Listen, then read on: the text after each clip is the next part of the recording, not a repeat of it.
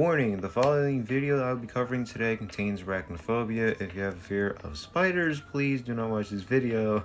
Unless you want to challenge yourself, then be my guest. But if you think you can handle it, here comes this episode of Anomalous Coffee Machine. Hey y'all, it's boy Joe. Welcome back to Anomalous Coffee Machine. Today I'm covering Cup of Arachnophobia. Arachnophobia. I cannot spell for the life of me. Arachnophobia. Here we go. If you don't know what that is the fear of spiders. Sharp, thin, spindly, tingling around my tongue like silk that never stops. My limbs twitch, too many joints, too much movement where there shouldn't be.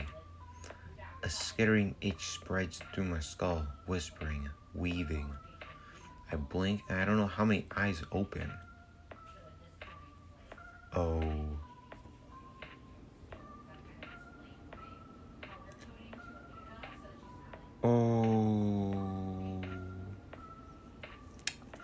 Good thing I left a warning in this video.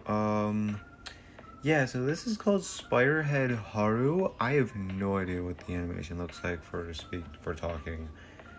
Let's do this.